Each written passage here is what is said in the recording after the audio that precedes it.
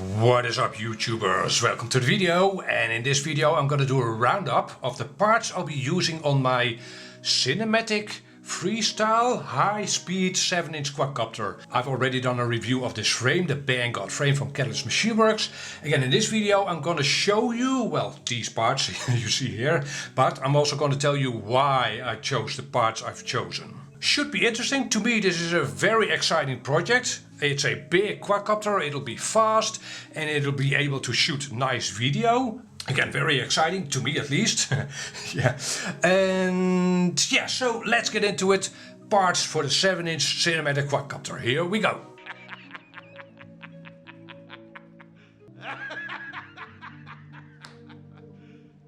You serious? Little bit of a look behind the scenes actually here in Dutch RC land. While I'm waiting on parts or when I don't have time to start a project, I collect all the parts in a box like this.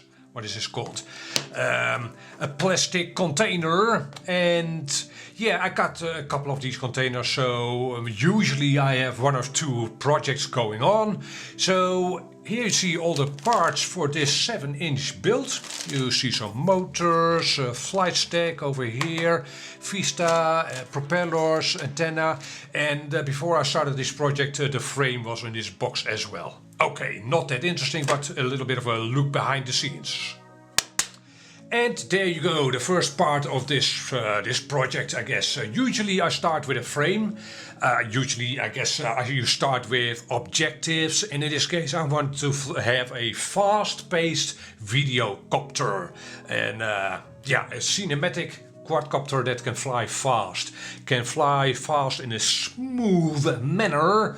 And 7-inch, and I didn't want a long range or light version either. I want me a stiff and, well, heavy isn't the right word, but some weight actually goes a long way to make a quadcopter fly stable in a straight line. Caddx Machineworks Banggood 7-inch. I've already done a review of this frame. I'll have a link in the top right corner to my review of that. And this is not a new frame, right? Well, it is new to me, but it's been out for 2 years maybe. Yeah, there's been small iterations to this frame, but mostly the same as it was 2 years ago. I have built a 5-inch quad with this frame already, and I found that it was a stiff frame at least, and sturdy. It looks sturdy, right? So that's why I ordered me this frame. It also looks different. Interesting, distinctive, different than your run-of-the-mill bottom plate, arms, top plate with those standoffs, right? That's obviously not a major part of the reason why I ordered this frame, but it's, well, part of the appeal of this frame, in my humble opinion. So after selecting a frame, I usually select a motor, a power setup, if you will, for the project. And in this case, I ordered me some Zings. Zing 2 actually from iFlight, and these are 2809 motors, which is pretty big, as you will hopefully know. I actually have a couple of 7-inch quadcopters already, and those both have 2806.5 motors. So 2806.5, and then these are 2809s. Again, pretty big. And I'll do a separate review of these motors. That'll be the next video in this series. So these motors, right? I actually have a 7-inch quadcopter with iFlight Zing 1 or Zings 2806.5s. And that quadcopter performs very well. It is a fast-paced video quadcopter. And at this point in time, iFlight sells 2 7-inch quadcopters, one with those smaller motors and one with these bigger motors, and they call that the iFlight Chimera 7 Pro. Yeah, that's a major difference between the non-pro and the pro version, these bigger motors. Yeah, so that made me a little bit interested. However, they also call that a long-range quadcopter, which is, I'm not sure. Big motors, long range? I simply don't know. Are these motors maybe very efficient? Could be. We will find out in this series. Or are these motors just very powerful? Could be. I would be fine with that, but we will see. So yeah, I want to know, what these motors are like. Are they again very efficient or very powerful? Both maybe. We will see. So I ordered me these motors mostly out of interest. And let's not kid each other, I like me some power just as much as the next guy. So there you go. Big motors for this 7-inch cinematic quadcopter. So, and after selecting a frame and motors, I usually select my stack. So the 4-in-1 ESC and a flight controller. Tell me in the comment section below, by the way, how you select your parts. Do you start with, motors? Something else? I don't know. Again, I start with a frame, then I select my motors, and then I see what stack I need for that setup.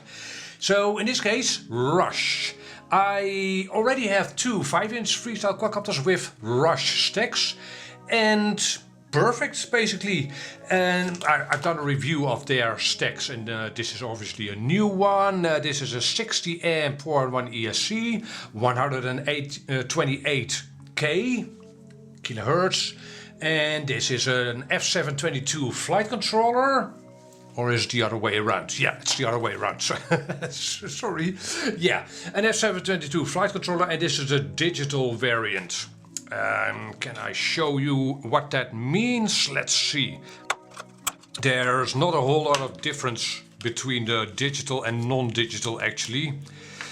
Probably to be expected, but this one has a plug for the DJI system.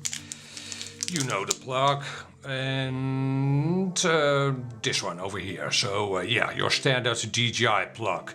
And in case you are not familiar with the stacks or the blade stacks, connectors all around, so you won't do a lot of soldering. You will be soldering up your motors, but other than that, your receiver, and in this case your digital setup, is all plugs, which is very convenient. I have to say, the connectors they provide are pretty secure. They snap in place and you can't pull them out really.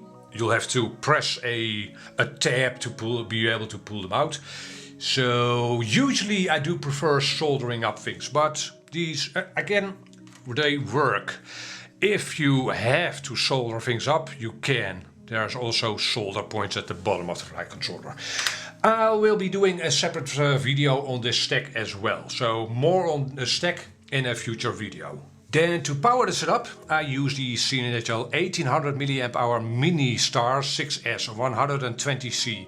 And I use these for all my 7-inch quadcopters. Now I have asked CNHL for bigger lipos, like 2200, and maybe a different size. These are very high and narrow, as you can hopefully see. That can be a little bit inconvenient for your CG and air resistance. These dimensions, very high and narrow, I would have preferred something a little longer and less high. Again, I've asked CNHL about that, but these lipos do work out very well. I have two 7-inch quadcopters already, and these do not get warm even if I punish them with a 7-inch quadcopter and a GoPro and in a high speed. These work. And then we obviously need an FPV setup for our quadcopter, and I've gone with a DJI digital setup. I've gone with the DJI original camera. I could have gone with the Caddx, what is this? A Nebula Pro, of course. It doesn't really matter to me, this camera or the Nebula Pro, but this one was in stock and the Nebula Pro wasn't. Vista, I don't need that air unit. I don't record on the air unit. It's intermittent anyway, right? I've had one quadcopter with the air unit, and well, about 25% of the flights I came home without a recording or a recording missing.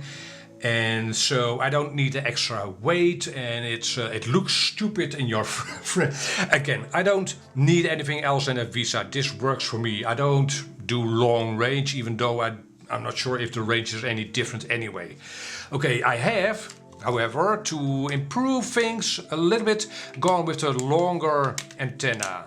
How long is the standard DJI antenna? Like 8 centimeters, I think. Okay, so this one is almost twice as long. It'll poke above your Lipo a little bit better, right? On a 7-inch quadcopter you use a bigger Lipo, so slightly longer antenna. Also, Because this frame is bigger than your average 5-inch quadcopter, you need a longer cable from the Vista to your camera. So I've got a replacement cable and this one is 14 centimeters. And yeah, I needed that on my other 7-inch digital quadcopter as well. Then to control the quadcopter, I've again gone with a Crossfire setup. All my DJI digital quadcopters have a Crossfire setup. And why? Well, it works. First of all, the range is more than adequate. It far outranges the DJI setup, right? The speed or latency is fine. All my DJI digital quadcopters are either freestyle or cinematic quadcopters, so I'm sure you'd agree that the latency of Crossfire is fine. Now, I already had this receiver. I had it in the parts bin. Had I not had it in the parts bin, I might have considered the diversity version, so the one with 2 antennae. Not that it's necessary, at least not for me. Again, I'm not a long-range pilot, but maybe for ease of mind, maybe the bigger Lipo could block the stick. Again, I've never had that problem at all with Crossfire, so this will do just fine. Oh, and I actually forgot I have this DJI antenna, but also the original Rush antenna with the longer length. These are the same antenna, right? These DJI antennas are made by Rush as well, but well, these are red. And they have that locking SMA connector. So you can't accidentally pull that connector off of the board. So I'm not completely sure, does this quadcopter have a color scheme? Not really. But again, if these are available again with as Rush antenna or as DJI antenna, and they are the same, in case you are wondering. And the last part I have here are the Propellers HQprop 7040x3 propellers. This again will be a higher speed quadcopter, so a slightly higher pitch. One of my 7-inch quadcopters has the lower pitch version, the 35, so 7035. And my other digital 7-inch quadcopter has the same 7040x3 propellers. So from that I already know that these propellers will work out well for this project. Again, a higher speed cinematic 7-inch quadcopter, 7040x3. So guys, that's it. That's a roundup of the parts I'll be using for this project. And in case this video feels a little bit rushed, I can't wait to be building this quadcopter and fly it, of course. But yeah, I'm anxious to start the build of this quadcopter. So that'll be, well, actually the second video in this series. The next one will be a review of the Zing 2 motors, the 2809 motors. After that I'm not completely sure, but I'll probably have a video on how to install that Rush set. I've already done a video on how to install the DJI system, and I've done a video on the Crossfire, but I'm not completely sure what kind of videos I'll be doing for this project. If you have requests on certain types of videos, yeah, I will be doing a video on the Betaflight setup. Yeah. That should be interesting, and for instance the setup of the 4-in-1 ESC. Again, that should be informative. For now I want to thank you for watching. Again, if you have suggestions for this series, don't hesitate. Catch you on the next video. Again, review of the Zing 2 motors. Bye bye.